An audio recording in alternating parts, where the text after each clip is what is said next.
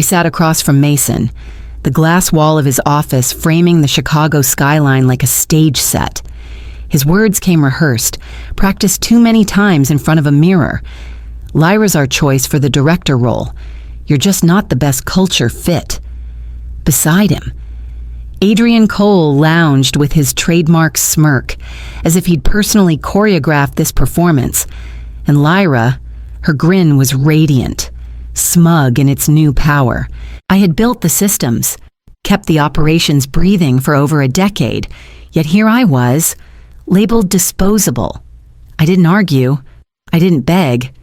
Instead, I pulled a sealed envelope from my folder and slid it across the desk. Mason raised a brow, almost amused.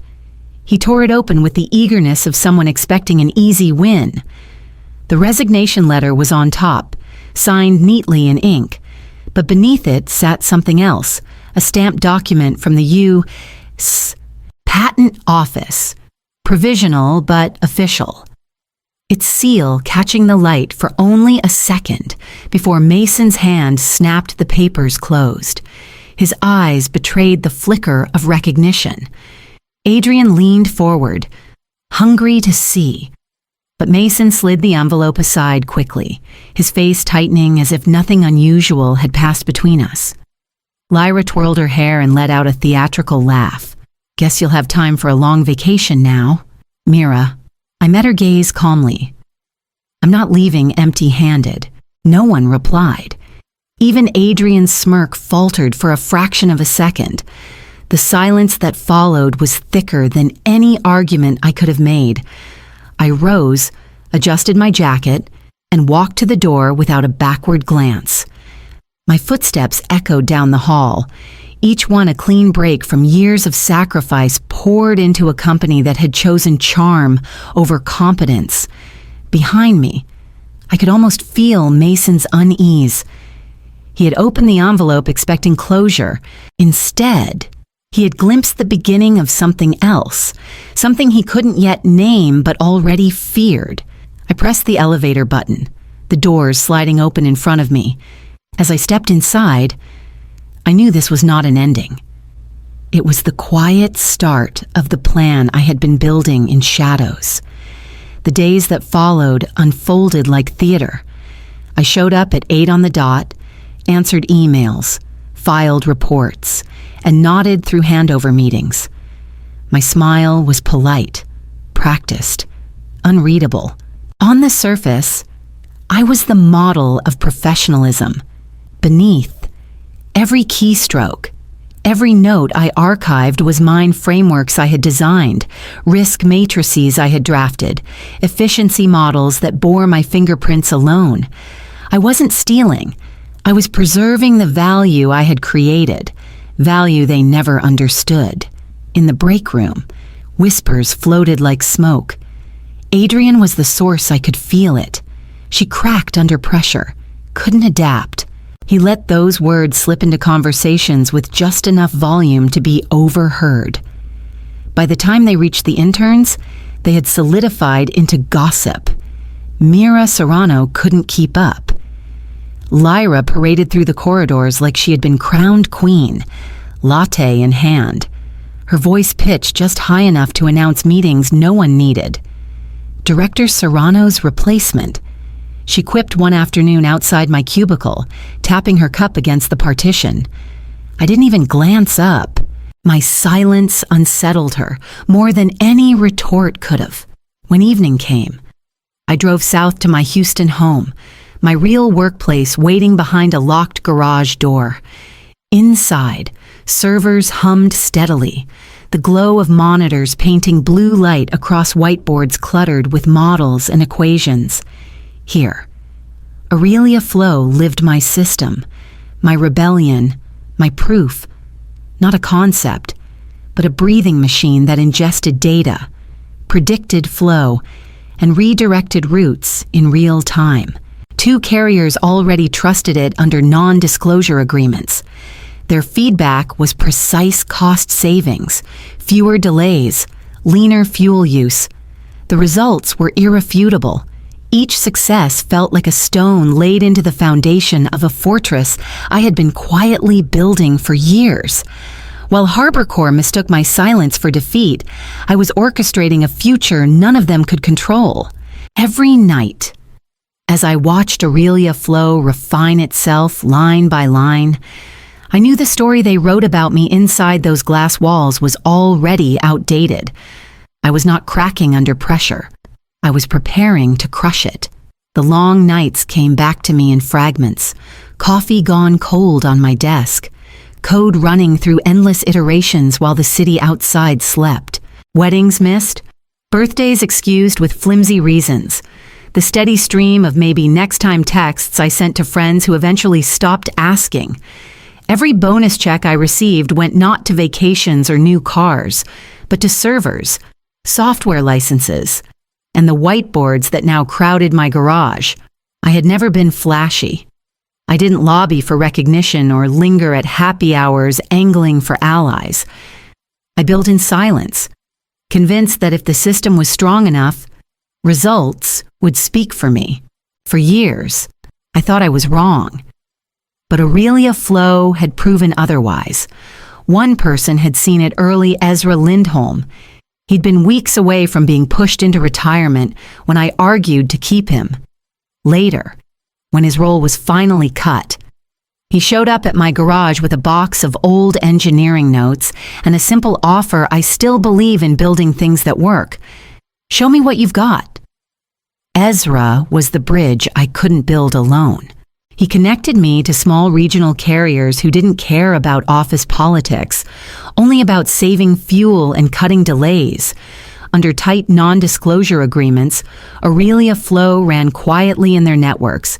The feedback was precise and brutal at first, but iteration by iteration, the model sharpened until the savings turned into millions. While I tested and refined, HarborCorp spun a different story. Adrian sat across from Mason in meetings, his voice smooth and certain. We'll push LYRA front-facing. Clients like charisma. Serrano was dead weight. Mason chuckled, content to let charm outweigh competence. I knew none of them imagined what was running every night in the hum of my garage servers. They thought I was fading out, irrelevant, a relic of processes too rigid for the future they envisioned.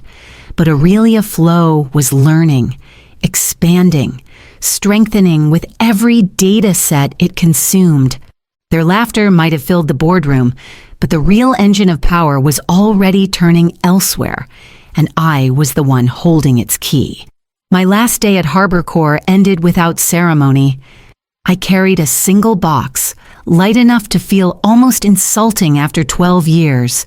Mason kept his eyes glued to his screen as I passed his office. LYRA leaned against the wall, hand raised in a theatrical wave, her latte sloshing dangerously close to the rim. Adrian muttered just loud enough for me to catch good riddance. I didn't break stride. The elevator doors closed around me, cutting off the stale air of that floor for the last time. When I stepped out onto the street, the cold air bit sharper than I expected, but it steadied me.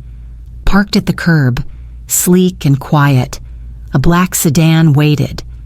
The rear door opened. Victor Ramos, CEO of Titan Logistics, motioned me inside. No speeches, no pleasantries, just a nod. We drove in silence until the car stopped in Midtown, at a small cafe wedged between a florist and a dry cleaner. The kind of place no executive would think to look for leverage. We sat by the window, the hum of the city muffled behind the glass. Victor stirred his coffee once before speaking. How long have you been building this 4.5 years? I answered. Beta tested, already revenue positive. He studied me for a moment, then reached into his coat and slid a folder across the table. I opened it slowly. It wasn't a job offer. It was something rarer, a strategic partnership, equity, budget, freedom to expand. Ownership of Aurelia Flow would remain mine. I felt the weight of the pen in my hand, but my decision carried no hesitation. I signed. For the first time in my career, I wasn't tethered to someone else's ladder or fighting for recognition in rooms that never wanted me. When I pushed the folder back across the table, Victor's expression barely shifted, but his eyes gave him away. He knew what we had just set in motion, and as I left the cafe, partnership sealed, I understood that the real work, the real disruption, was only beginning. Titan's headquarters in Dallas felt different the moment I stepped inside. No polished speeches, no grand announcements, just quiet introductions to teams that wanted to see what I could deliver. Victor kept me out of the press for now. He said disruption worked best in silence until it was undeniable. I agreed. We started with 3 pilot regions. My models ran in parallel at first, shadowing Titan's existing systems to compare outputs. Within 2 weeks, the results were impossible to ignore. Delivery delays dropped by 18%. Fuel consumption tightened. Carriers reported smoother flows with fewer late-night crises. The data spread across dashboards until even the skeptics began nodding. By the 3rd week, staff had a nickname for Aurelia Flow. They called it the brain. I overheard it whispered in hallways and scribbled in the margins of performance reports. At first, I said nothing. But deep down, it struck me I had built something alive enough to earn a name of its own. While Titan's numbers climbed, Harbor Corps' veneer began to crack. LYRA held her first client review and turned it into a vision board session, plastering quotes on poster paper instead of discussing missed shipments. Clients left unimpressed. Adrian scrambled, smoothing over details with charm and half-truths. But even he couldn't hide the faltering operations. Mason, cornered in executive meetings, repeated the same line, "Give her time," but murmurs spread through the ranks. I heard them from old colleagues who still texted late at night. Things ran smoother when Serrano was here. One evening, Ezra knocked on the door of my new office, the Dallas skyline glowing behind him. He leaned against the frame, his smile carrying more pride than words.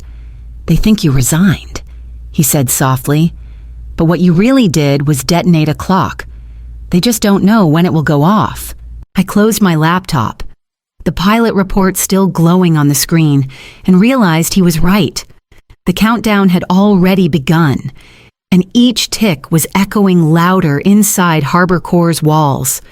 It didn't take long for whispers to escape Titan's walls. Performance dashboards leaked into industry forums, and within weeks, logistics journals were running headlines about a mysterious breakthrough cutting freight delays by double digits.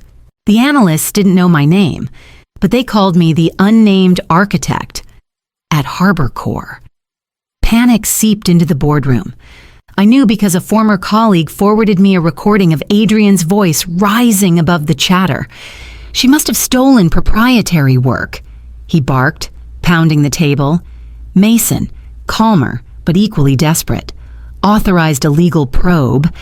I had been waiting for that move. My documentation was meticulous. Every line of Aurelia Flow filed under my name. Every patent notice dated months before Harbor Corps even knew what predictive routing was. When their lawyers came, Titan's legal team handed back a binder, thicker than a Bible, signed, sealed, undeniable. The first hearing lasted less than an hour. By the time the judge dismissed Harbor Corps' motion, Adrian's face was gray. Mason tried to mask it with controlled silence, but the message was clear. They had no claim, no leverage, and no chance. Still, Titan didn't celebrate publicly. Victor's strategy was patience, letting Harbor Corps flail while Aurelia Flow grew stronger each week. I followed his lead, but I also knew the story was no longer just mine and theirs. One morning, an envelope arrived at my Dallas office stamped with a German return address, Eurotrans GmbH. Their letter was blunt, an invitation to license Aurelia Flow across their European network. They offered resources, infrastructure, reach that stretched across borders I had only dreamed of crossing. I held the letter for a long time, longer than I expected. Titan had given me partnership, ownership, a platform to scale. But Eurotrans meant something else, global momentum. For the first time, I felt the true weight of choice pressing down, not whether I could win against HarborCorp, but which battlefield I was about to claim next. The first cracks in HarborCorp appeared like fractures in glass, thin lines at first, then spreading fast. Clients started canceling contracts quietly, but it wasn't long before the press noticed.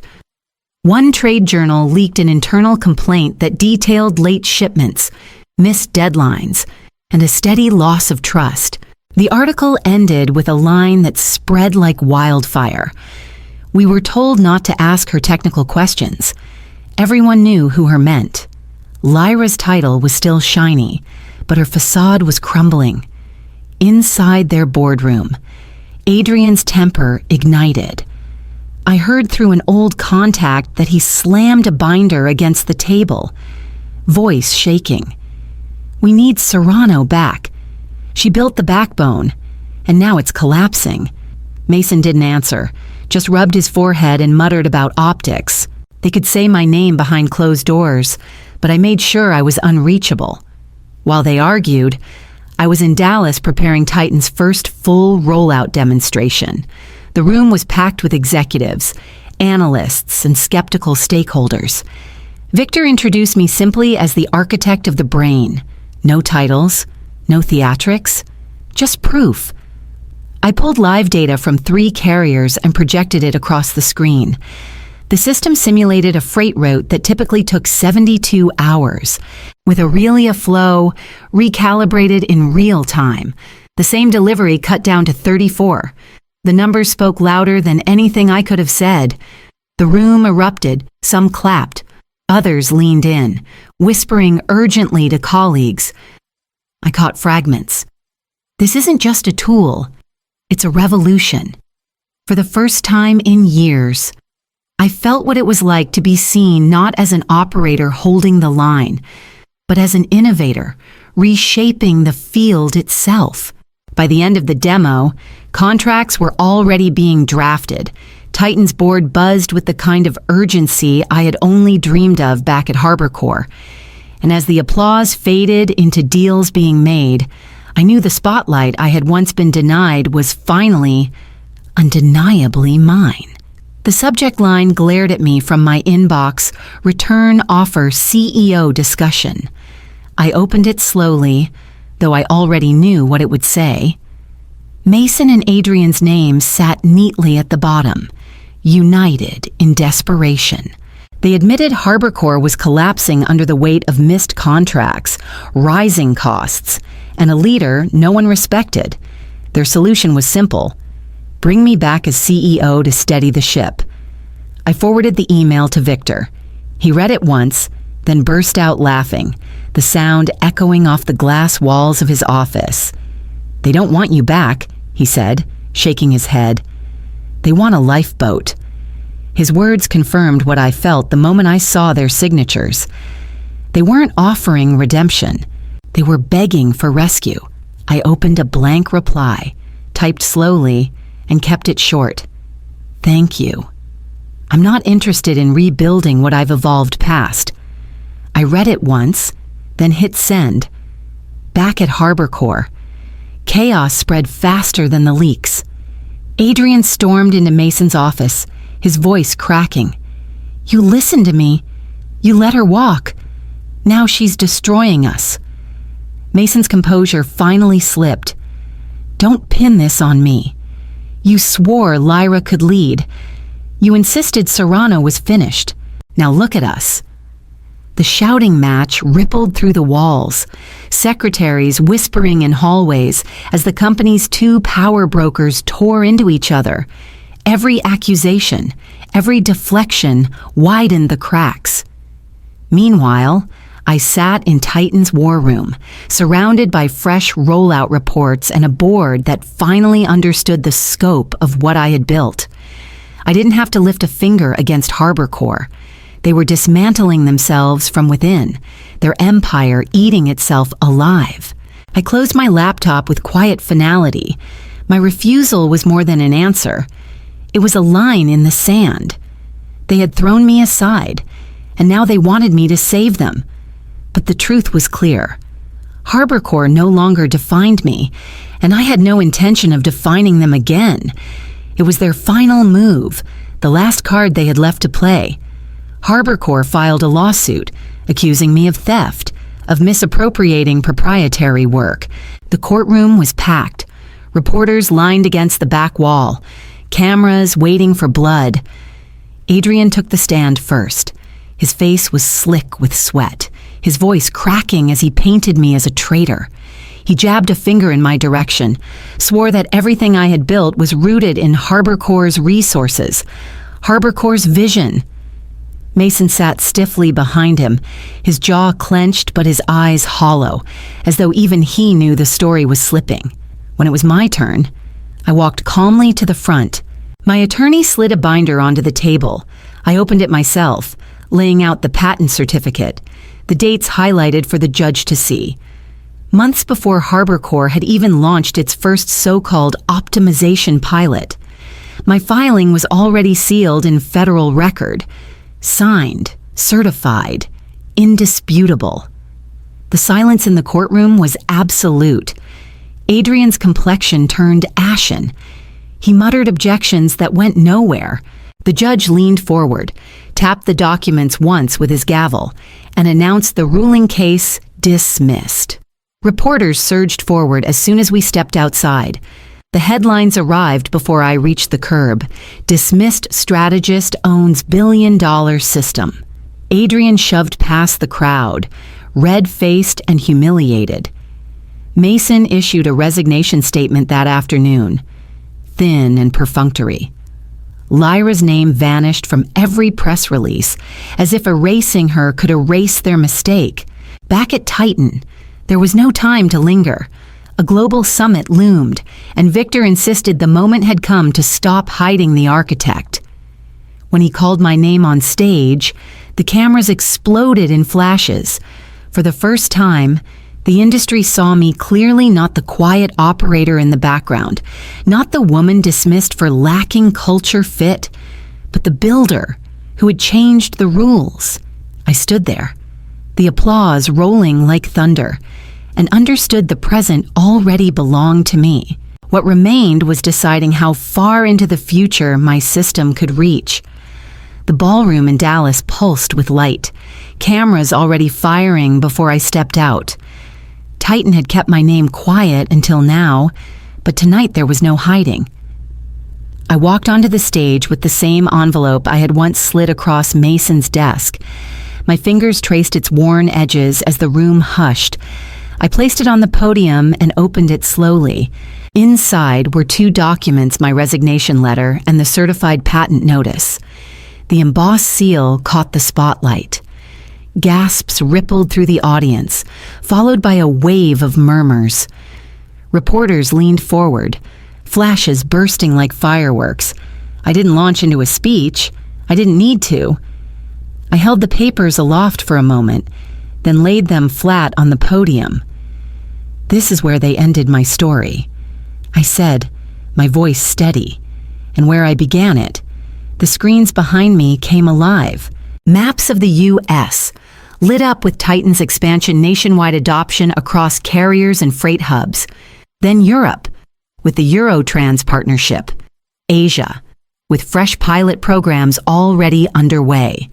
The logos of global partners filled the wall in a cascade of color. The crowd erupted, the sound nearly drowning out the clicks of cameras. Across town, in a boardroom cloaked in shadow, Harbor Corps' directors sat in silence. Phones buzzed with breaking news. Harbor Corps had filed for bankruptcy. Adrian slammed his fist against the table, his voice lost in the void. Mason just stared, hollow-eyed, as the empire they had guarded with arrogance collapsed around them. Back on Titan's stage, Victor Ramos stepped forward and shook my hand. The gesture was simple, but the meaning was not. To the industry watching, I wasn't an employee being promoted. I was a partner, crowned. The envelope lay between us, not as a relic of defeat, but as proof of the weapon they had handed me the day they dismissed me. What would you do if the envelope they thought ended you became the weapon that ended them?